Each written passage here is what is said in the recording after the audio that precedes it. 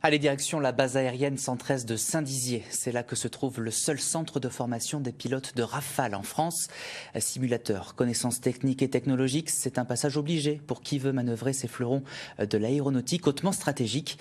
Et Clément Pravaz et Raphaël Doumergue ont suivi une journée de formation. Regardez.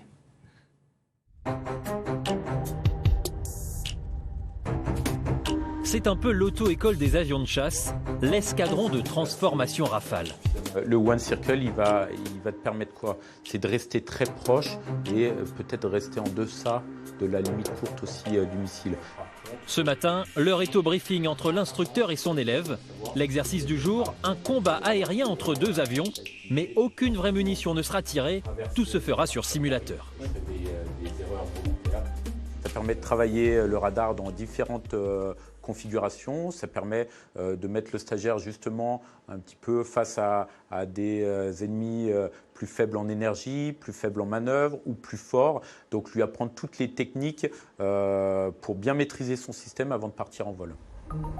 Tout se passe ici, sur ce simulateur de Rafale. L'avion ennemi est piloté par l'instructeur, le capitaine Schuss. Pendant environ 1 heure, différents scénarios vont être déroulés afin d'évaluer le pilote stagiaire.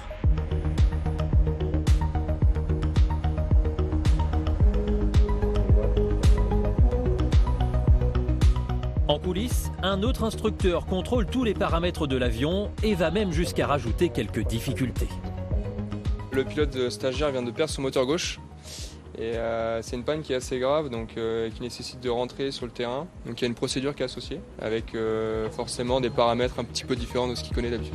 Finalement, le capitaine Nicolas aura surmonté ses difficultés. Il faut dire qu'il n'en est pas franchement à ses débuts.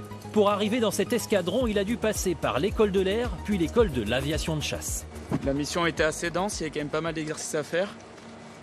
Il faut suivre tout au long de la mission, c'est ce qui est le plus dur, mais c'est une belle machine. La cabine est à l'identique par rapport à l'avion. La seule grosse différence, ça va être la gestion des jets, la sensation physique que nous n'avons pas au simulateur.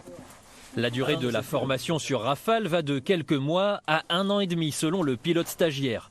Par exemple, le capitaine Mathieu a une formation accélérée. À 44 ans, il cumule déjà 3000 heures de vol sur Mirage 2000. Tu as un F3R NG PESA Kappa 833 et tes 2 pactages tempérés. La leçon du jour consiste à expérimenter le système de radar de combat du Rafale. Le pilote stagiaire est à l'avant, l'instructeur à l'arrière occupe la place du navigateur. La plupart du temps, on est derrière, surtout pour les vols initiaux. Pourquoi? Parce qu'en fait, on a pas mal de choses à apporter au pilote qui est devant.